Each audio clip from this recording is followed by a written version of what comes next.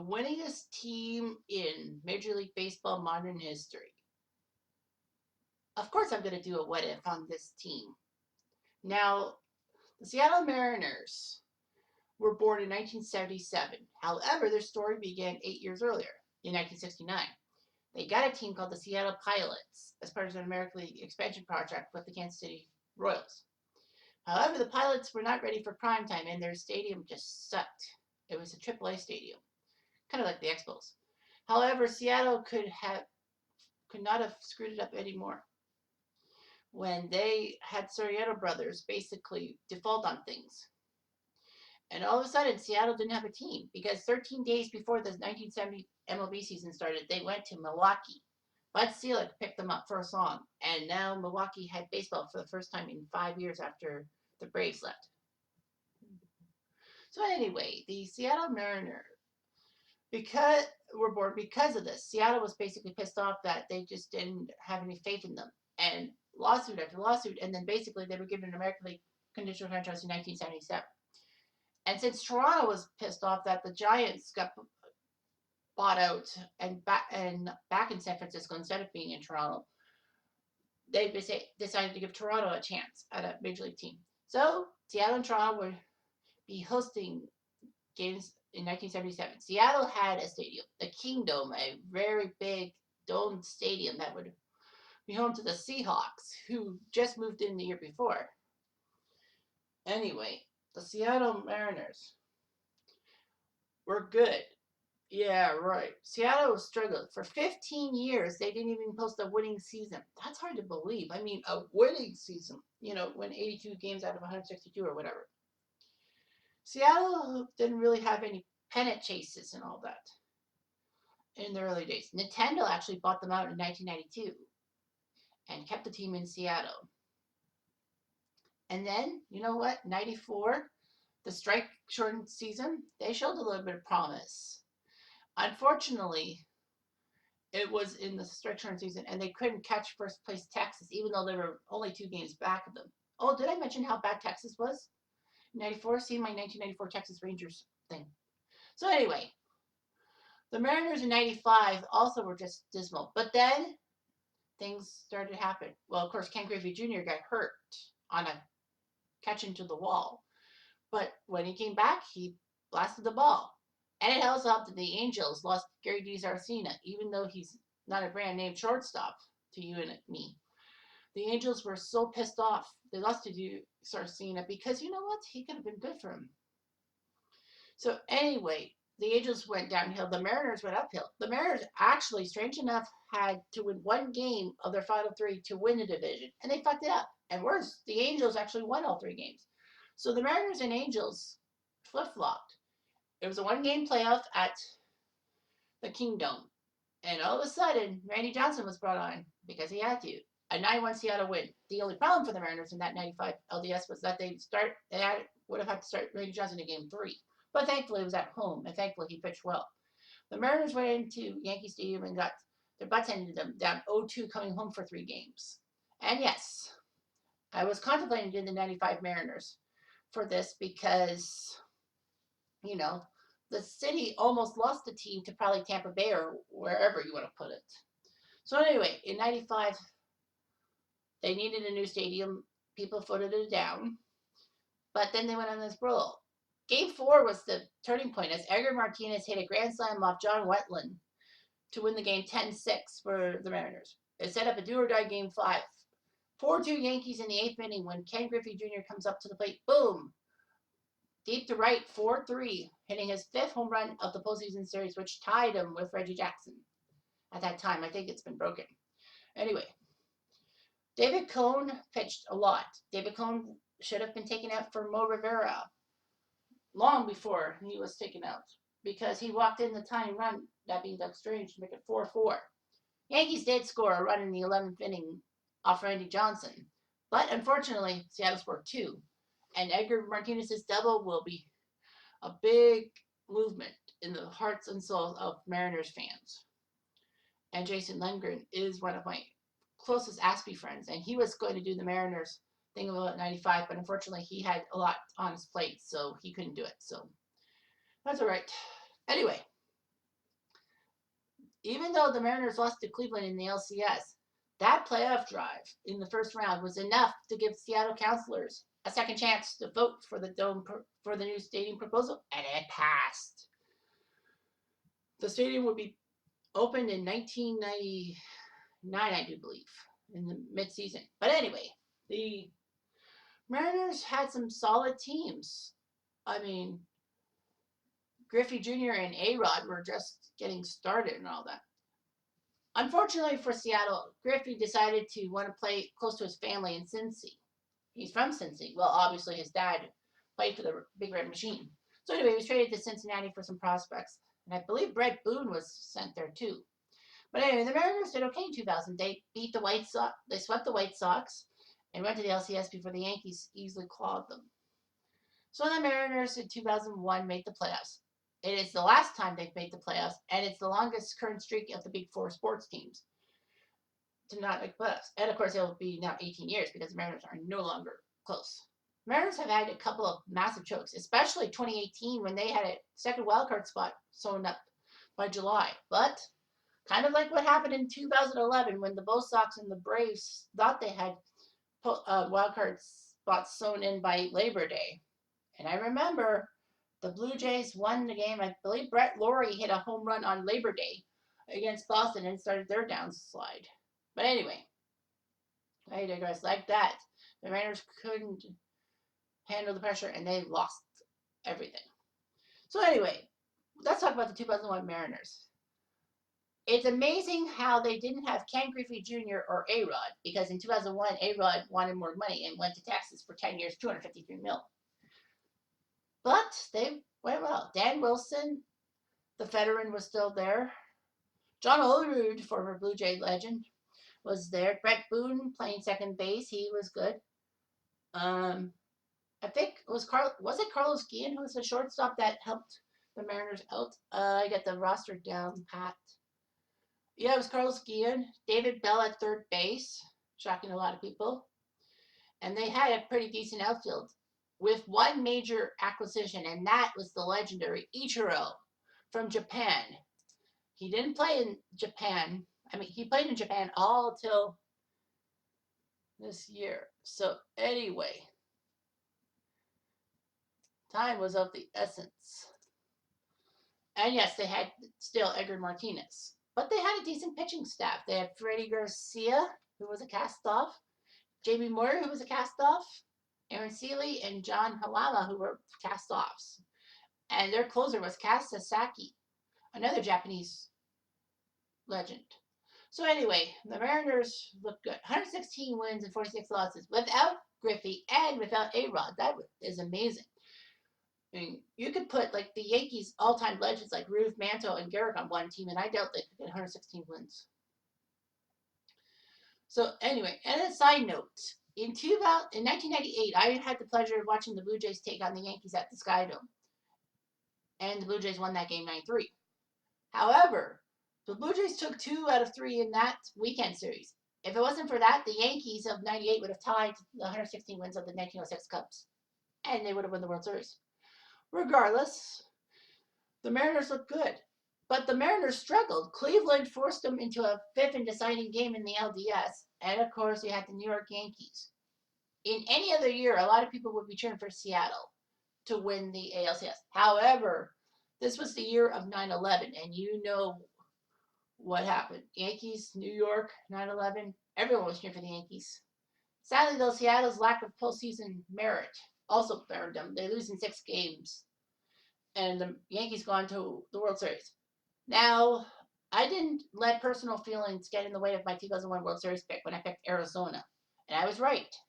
I mean, the Yankees won, fair deal, but I mean, like, I picked Arizona because I thought they were the better team with the better pitching. So anyway, we will talk the 2001 Mariners. Here's the funny thing. All 4 major sports, baseball, basketball, football, and hockey, the team that has won the most regular season games in 1 year have not won the title. The 2001 Mariners lost out in the league championship series, didn't even get to the final.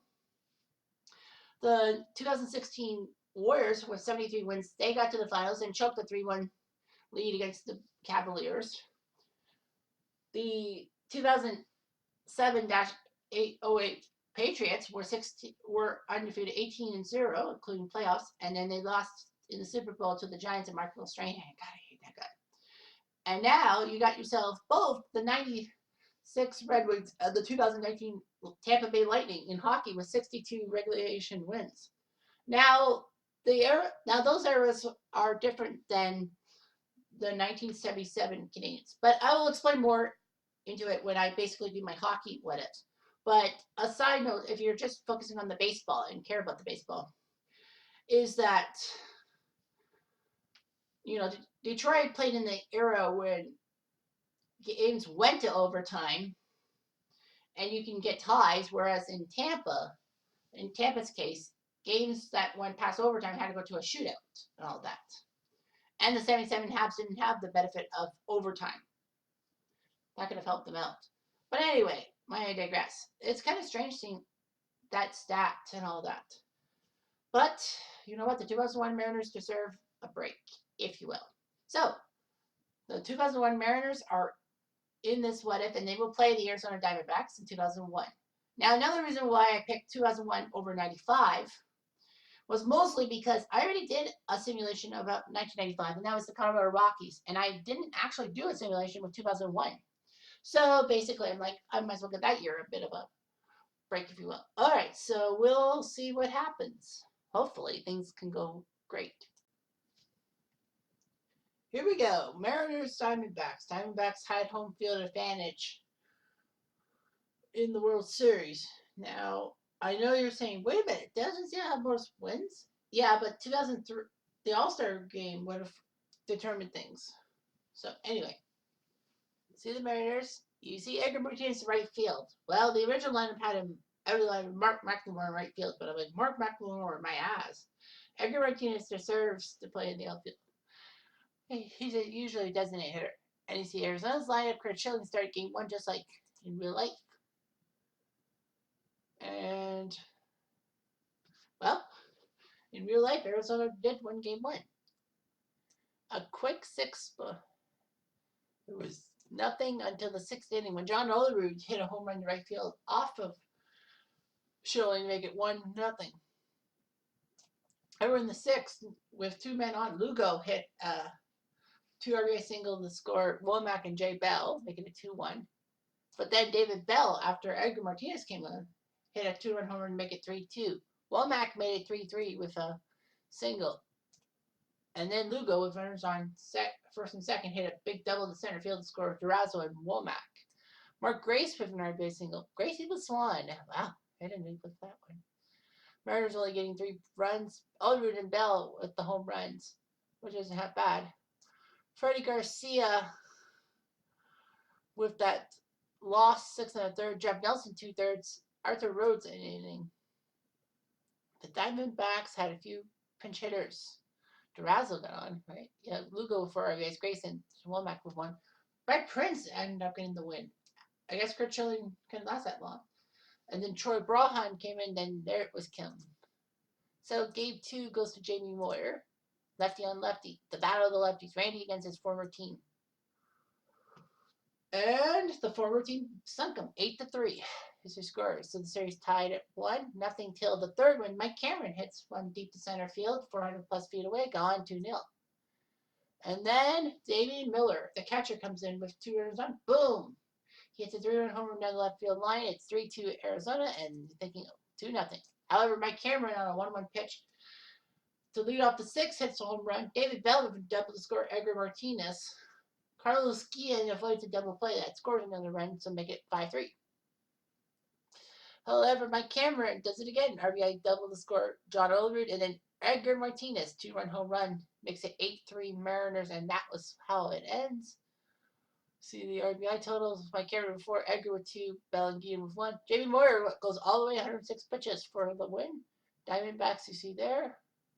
Damian Miller with 3 RBIs. Randy Johnson 6 1/3. Then Bobby Witt and Miguel Batista picked up the pieces. STS. So at 1-1, we head to Brian Anderson, who started game 3 legitimately against John Halama. But they actually go with Sealy because Arizona said they're going with 3-man rotation, so Seattle decides to go with a 3-man rotation as well. Now, of course, they don't have a designated hitter set up. Why? I have no clue. So, we're going to use Craig Counsell as designated hitter because he did make a difference in the real 2001 World Series. You see Edgar Martinez in his DH role. So Arizona goes into Seattle and loses 8-6. As you see there, David Bell, a GRD ground rule double to make it 1-0 for the Mariners. Bottom of the third, Edgar Martinez with a single to score over. Then Mike Cameron gets a 2-run double. Macklemore even gets a single. RBI single to score Cameron 5-0. Mariners. I guess they did need Macklemore after all. But Jay Bell gets a 2 RBI single, scoring Miller and Counsell.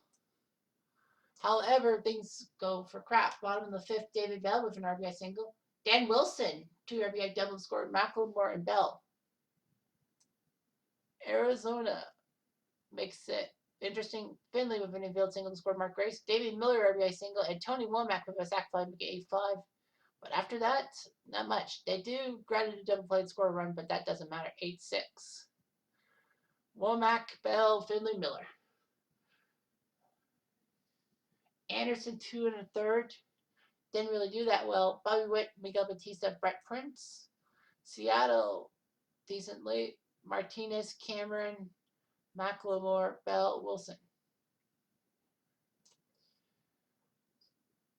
Aaron Seeley, 8 innings for the win. Kasasaki the save. Game 4, they go with the rotation again, so that's what Seattle does. 3-man rotation. World Series. And man, it bit them in the butt. 15-0, Arizona. We go to at least a game 6. Tony Womack, RBI single in the third. No big deal. In the fourth, Davey Miller, 2 RBI double score Grayson Finley. 3-zip. And then Matt Williams with a double score Lugo, 4-0 after 5. And then the floodgates open. 4 runs in the 7th. Mark Grace, RBI single. Reggie Sanders, RBI single. Steve Finley, RBI single. Damian Miller grounds out to score Reggie Sanders, 8-0. Lugo hits another home run, makes it 11-0. And then 4 in the 9th, Jay Bell scores Womack. Lugo scores Bell, and then Mark Grace scores Lugo and Williams. So 15-0. They score 11 runs in the final 3 innings of play. And 8 different Diamondbacks with RBIs. Womack, Bell, Gonzalez, Williams, Grace, Sanders, Finley, Miller. And Schilling goes the whole way, 12 strikeouts. Seattle gets 6 hits for nothing. Freddie Garcia sucked it up. Brad Tomko didn't do so well. Neither did Rutter and Franklin. Norm Charlton, the old guy, pitched the last out. And now you got Randy back in Seattle against J.B. Moyer. The homecoming takes 10 innings, and it's a 2-1 thriller. No hits for either team in the first 3 innings, but Lugo hits a home run to make it 1-0. Randy Johnson throwing a no-hitter through 7 innings. Bottom of the 8th, Macklemore gets hit by a pitch. He gets caught stealing second, no big deal. But David Bell gets a double, finally a hit off Randy, and Carlos Guillen gets a single to score David Bell, 1-1. Diamondbacks in the 9th, nothing. Mariners, nothing in the 9th. The Diamondbacks get nothing in their 10th. Mike Cameron walks. Macklemore hits a base hit, first and third. All they need is a fly ball. And David Bell does just that. He flies one out. Sanders' throw is perfect to the catcher, but Cameron slides in and scores 2-1. 8 hits combined. Bell and Gonzalez with 2 hits for the Diamondbacks, 1 by Finley. Randy Johnson goes the whole way. 134 pitches and loses. The Mariners only 3 hits. Macklemore, Bell, and Guillen. Amazingly, Moyer, and Kasasaki came in. So now it's 3-2. We got to switch over. Seattle has a chance to make everyone happy. Aaron Seeley versus Brian Anderson. I have a feeling Seattle will win Game 6. Well, it went 17 innings. Brett Boone started out quickly with a fly out, sac fly for Ichiro to make it 1-0. It was 1-0 throughout all the innings till the bottom of the 8th when Tony Womack, not known for his home runs, hits one deep. Arizona gets nothing. Seattle in the top of 9th, nothing. Diamondbacks don't really do anything. Well, Edgar Martinez sets up a runner on third base, but Ichiro cannot get the hit. He flies out. Diamondbacks have a chance to win First game 7, nothing. Bottom of the 11th, runner on third base. Reggie Sanders strikes out. Ugh. Mariners again can't do anything with their guys. Now the Diamondbacks. 13th inning, nothing. 14th, nothing. Runners on first and second for the Diamondbacks. A double switch. David DeLucci grounds out. 1-1. On to the 15th. Nothing for the Mariners. Diamondbacks put a runner on third on Lugo, but Mark Grace flies out. Mariners get nothing in their top half of the 16th inning. Diamondbacks put first and second base. They give Spivey a walk to get to Womack, and Womack pops up. Mariners finally get some offense. Not really, no.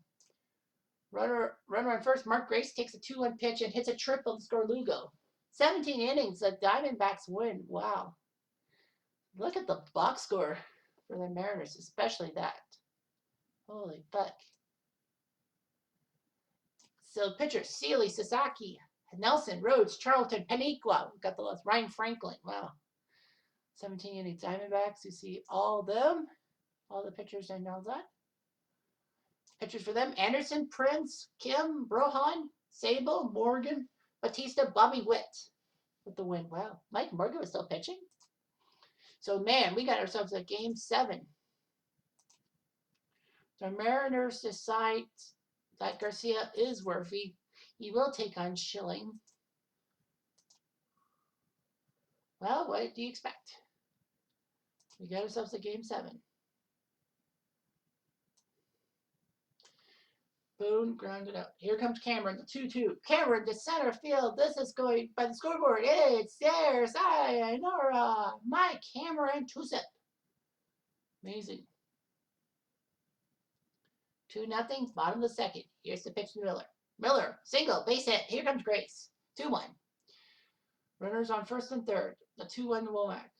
Base hit into right field. Here comes Finley. It's 2-2. Great job by both teams. It's 2-2. Bottom of the 5th. Here comes Williams. The 2-1. Williams, base hit. Here comes Womack. He'll score 3-2 for the Diamondbacks. Pitch to Wilson. Wilson to left center. This could be gone. It is. Sayonara. Dan Wilson. How about that? We're tied at 3. Tied at 3. Here comes bottom of the 7th. There was a bad throw by Boone to try to get the double play. Second and third. Here comes Bell, the 2-1. Bell, ground ball. They're going to have to flip the first. They'll concede the run. It's 4-3 Diamondbacks. And the Mariners got out of that situation. Two quick outs. Here comes Miller. 2-1. Miller to left field. Trouble. John Sayonara. Unbelievable. Damian Miller, 5-3, Diamondbacks. Runners on first and second. Oliver swing and a miss. Here comes Boone. Now, what can he do? The pitch. Swing and a miss. He's out. The Diamondbacks win. The Diamondbacks have done it. They have done it. The Diamondbacks are world champions. A 7-game heroic job by the Diamondbacks. That 17-inning game yesterday was huge. The Mariners, 116 wins, but they cannot win the big one. They are just like the 1906 Cubs. Unfucking believable. As you see here, the Mariners try so hard. Cameron and Wilson with home runs. And pitching from Garcia, Nelson, and Rhodes. Nelson is the guy who blew it. The Diamondbacks, you see all that. The RBIs by Womack, Bell, Williams, and Miller. Schilling 7 innings. Then Prince, then Kim comes in. He does not blow save in this World Series. But just like the real one, Arizona wins. So, that is it. So, the final tally of the what ifs is 10 and 18. I did 28 what ifs. 10 were successful, 18 were not. The American League East, the only success was the 2003 Bull Sox.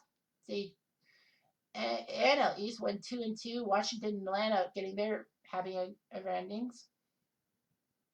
The AL Central, 3 out of 5. The White Sox, Detroit, and Minnesota get their happy endings. In the Central, only the 2018 Milwaukee Brewers get their happy ending. In the AL West, only one team got their happy ending. That'd be the 75 A's. And in the West, 2 and 3. That's not bad. Rockies and Dodgers.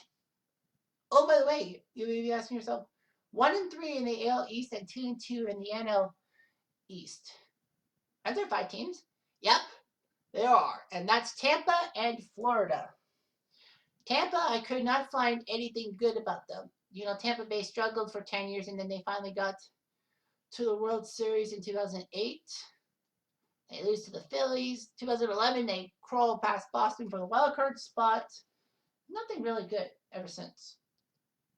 And Florida, yeah, they won the 97 World Series and the 2003 World Series, and they were a byproduct of the 93 expansion, but they didn't really have anything to do with what if this team sucked and all that. But anyway, they suck, they're out. So that's it for baseball. It's on to football what ifs now, okay? Okay.